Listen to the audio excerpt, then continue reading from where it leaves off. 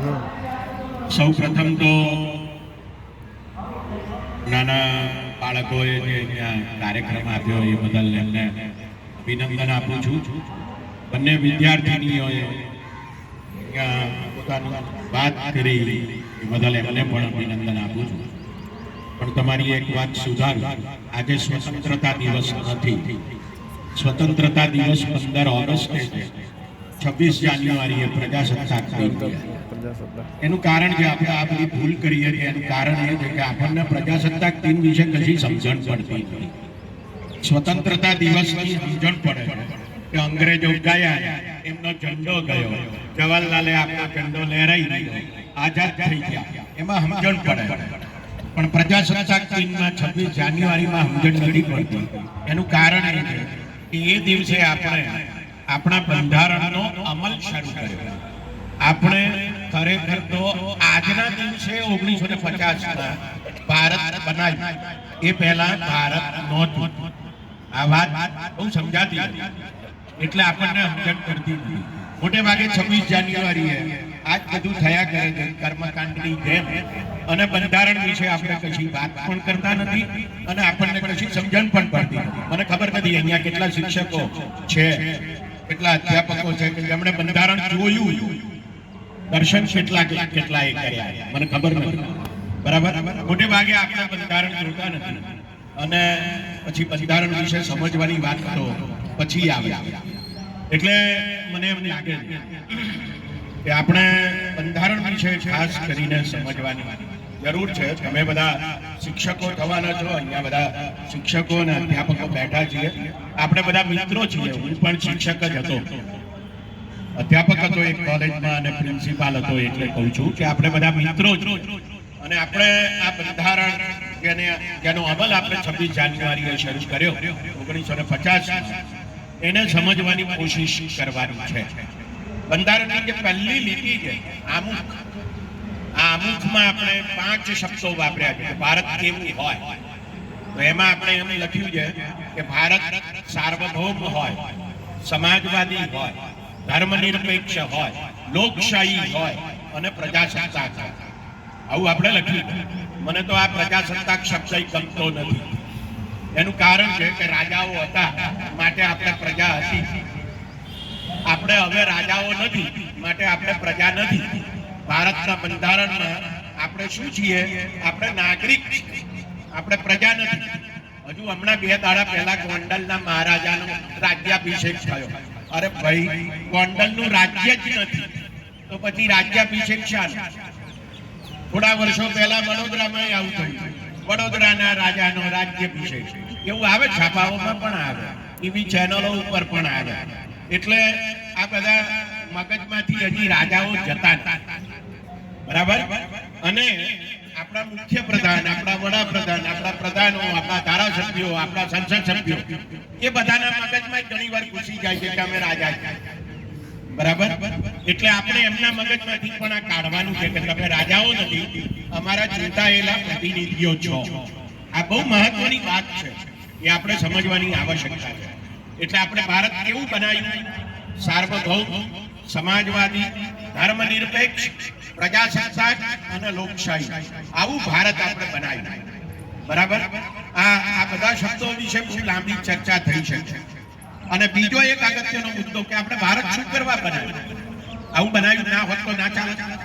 565 રજવાડા હતા. આ રજવાડા શબ્દ વાપરીએ છીએ ત્યારે એનો અર્થ એવો થાય છે કે 565 દેશો હતા. એમાં ગુજરાતમાં જેટલા 265 થી વધારે હતા, એમાંય સૌથી વધારે સૌરાષ્ટ્રમાં હતા. ગામ બદલાય, ટાપુ બદલાય, એવા પ્રકારની પરિસ્થિતિ હતી. આ બધાને સરદાર પટેલે એ જમાનાની કોંગ્રેસની સરકારે ભેગા કર્યા અને ભારત નામનો દેશ બનાવ્યો. શું કરવા બનાવ્યો? આપણે ગુલાબજાંબુ ખાવા બનાવ્યો, પેંડા ખાવા બનાવ્યો, દૂધનો હલવો ખાવા બનાવ્યો છે આ ભારત દેશ?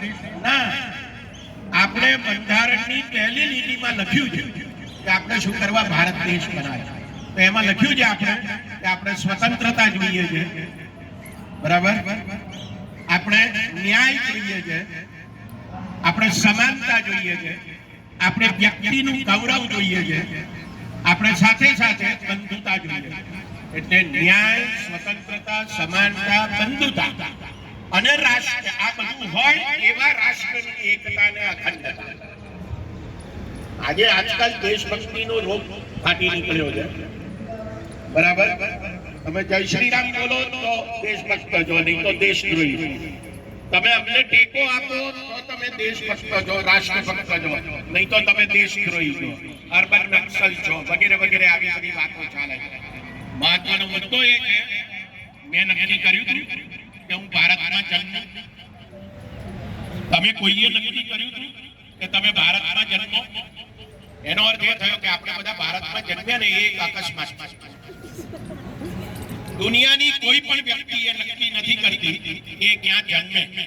અને હું તમને પૂછું કે તમને કોઈએ પૂછ્યું હોય કે ભારતમાં જન્મવું છે તો તમે હા પાડો કે ના પાડો? આ બીજો સવાલ. હું મારા ઘરથી અહીંયા આવ્યો, બરાબર? આમ તો ગાડીમાં આવ્યો, રાઈટ? ઓછામાં ઓછા 500 જેટલા ખાડા ટેકરા આવ્યા 2 કિલોમીટરમાં, 3 કિલોમીટર. આવા દેશમાં રહેવાનું મન નથી થતું, સાચું કહું. પણ સવાલ તો એ થાય છે કે મને બીજે કોઈ સંઘર્ષતું નથી એટલે અહીંયા બેઠો. બાકી આ દેશમાં જો યુરોપ અને અમેરિકા એમ કે વિસા વગર જેને આવવું હોય આવો, તો મને ખાતરી છે કે આ દેશમાંથી 70-80 કરોડ લોકો કાલે જ લાઈન લગાડે યુરોપ અને અમેરિકા જવાના માટે. એટલે આ દેશભક્તિ છે ને એ બહુ ખતરનાક વસ્તુ છે. આપણે કોની ભક્તિ કરવાની છે? આપણે માણસની ભક્તિ કરવાની છે. દેશને પ્રેમ કરીએ એના કરતા માણસને વધારે પ્રેમ કરીએ. એનું કારણ એ છે કે 26 જાન્યુઆરીએ આપણે જે ભારત બનાવ્યું એ ભારતનો નકશો આજે નથી. આજે નકશો બદલાઈ ગયો છે, કારણ કે એમાં આપણે સિક્કિમ ઉમેર્યું. 26 જાન્યુઆરી 1950 ના રોજ જે નકશો હતો એ 15 ઓગસ્ટ 1947 નહોતો. એના 15 વર્ષ પહેલા એવો નકશો નહોતો. એના 50 વર્ષ પહેલા એનો નકશો નહોતો. એના 50 વર્ષ પહેલા એવો નકશો નહોતો, બરાબર? દુનિયાભરમાં આવું બન્યું છે. નકશાઓ બદલાતા રહ્યા છે. એટલે નકશાને પ્રેમ કરવાને બદલે માણસને પ્રેમ કરવાની આવશ્યકતા છે, અને એ આપણું બંધારણ આપણને કહે છે. એટલે આપણે દેશભક્તિ કરીએ એ માનવ ભક્તિ કરવા જેવી મહત્વની વાત છે, પણ માનવ ભક્તિ એ દેશભક્તિ કરતા વધારે મહત્વની વાત છે. અને એટલે આપણે કોઈ પણ ધર્મના હોય, કોઈ પણ જાતિના હોય, સ્ત્રી હોય, પુરુષ હોય, આ બધાની સાથે આપણે પ્રેમપૂર્વક વ્યવહાર કરીએ એ આપણને આપણું બંધારણ શીખવે છે. અને એનાથી વધારે મહત્વની વાત એ છે કે આ સ્વતંત્રતા, સમાનતા, આ ન્યાય, આ બંધુતા, બરાબર, આ બધું આપણે લાવવાનું છે. આ લાવવાની જવાબદારી કોની? આ જવાબદારી કોની? તો એ જવાબદારી રાજ્યની છે, સરકારની છે, એવું બંધારણ કહે છે. બંધારણમાં લખ્યું છે રાજ્ય નીતિના માર્ગદર્શક સિદ્ધાંત. આ જવાબદારી કોની છે? દાખલા તરીકે હું બહુ ગરીબ છું અને મને ખાવાનું નથી મળતું, અહીંયા બહાર ચાપે ઉભો રહું અને ભીખ માંગું, બરાબર? સાવ ગરીબ છું, મને હું કામ શોધું છું, મને કામ મળતું નથી, હું બેકાર, અને અહીંયા ઉભો ઉભો ભીખ માંગું, અને તમે ત્યાંથી પસાર થાવ અને મને 5 રૂપિયા આપો નહીં, 10 રૂપિયા આપો નહીં, અને આટલા બધા લોકો પસાર થાય કોઈ મને 5-10 રૂપિયા આપે નહીં, તો થાય શું? તો હું ભૂખ્યો સુઈ ગયો, બરાબર? બીજા દિવસે ફરીથી ઉઠું, ફરી ભીખ માંગું.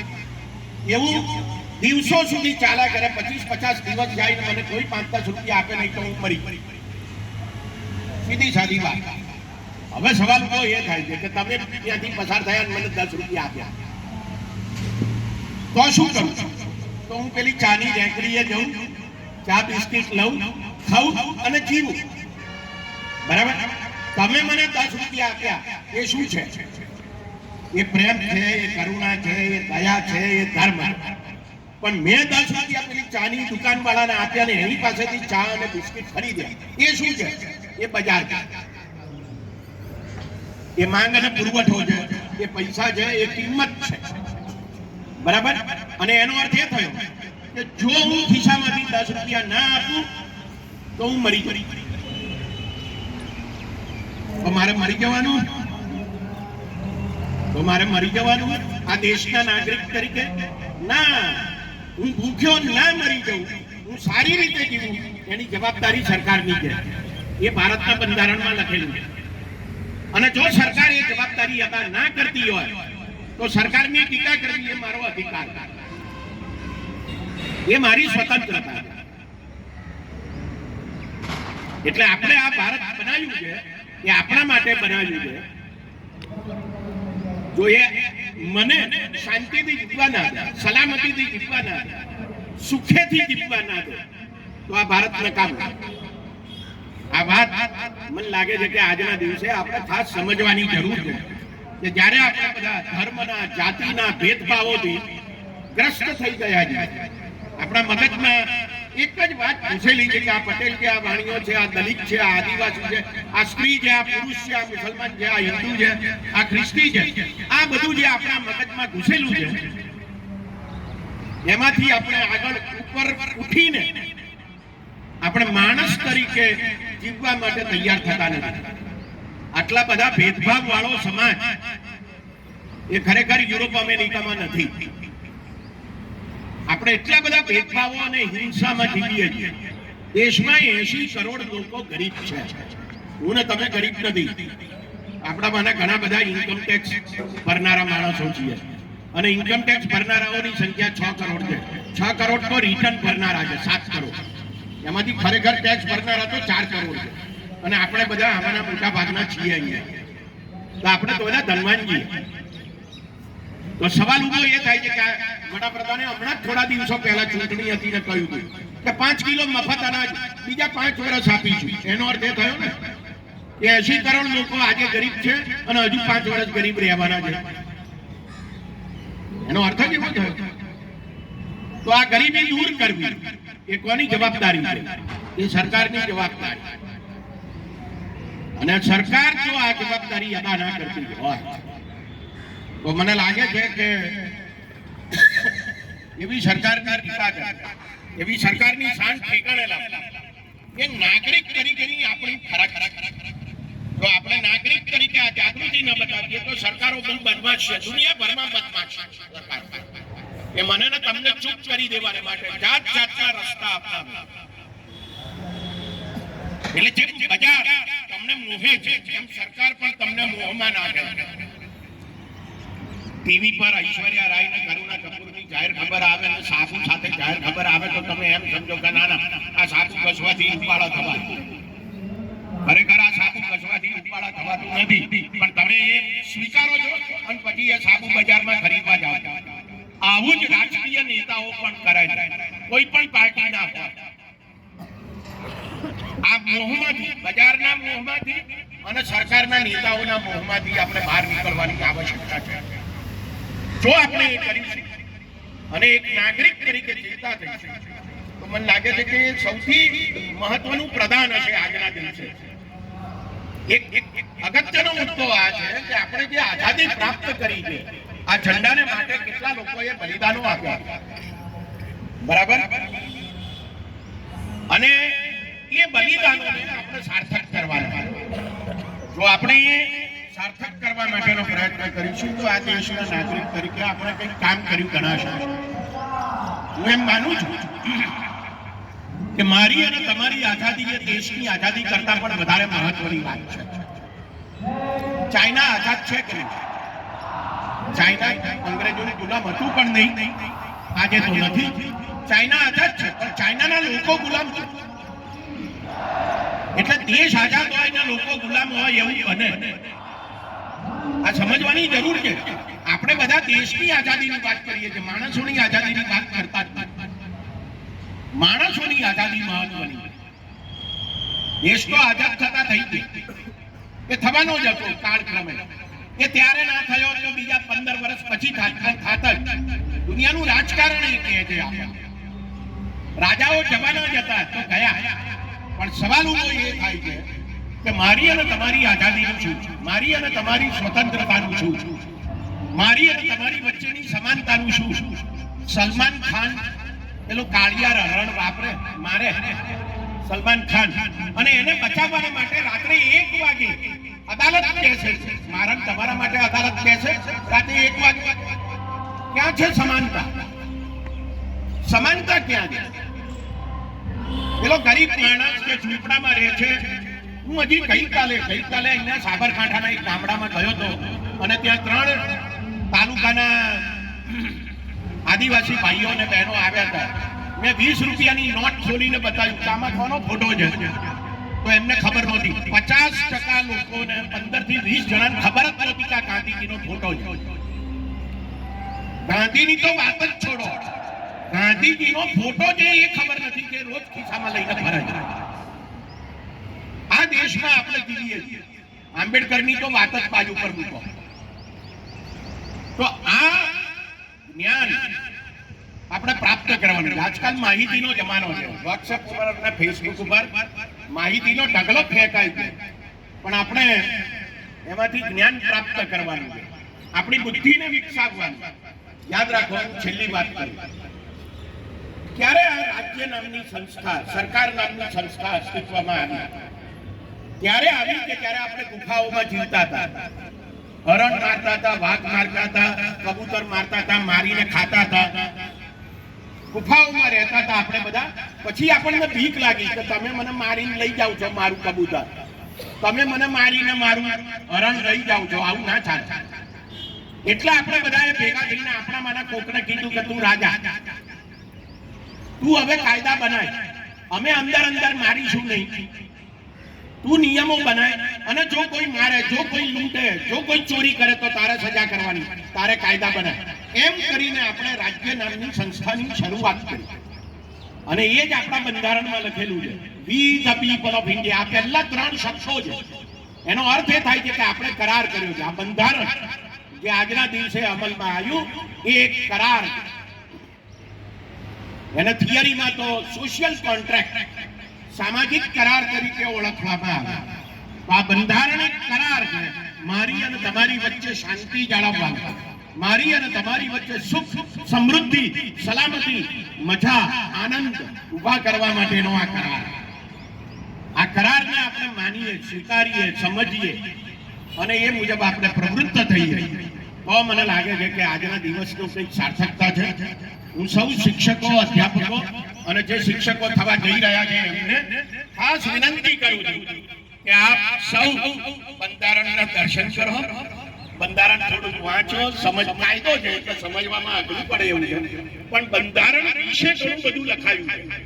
એ બધું જો તમે આપણે વાંચીએ, સમજીએ તો મને લાગે છે કે આપણે પણ આપણા વિદ્યાર્થીઓ સુધી આ વાતને પહોંચાડી શકીએ. મને આજના દિવસે આપ સૌએ બોલાવ્યો, મારી વાત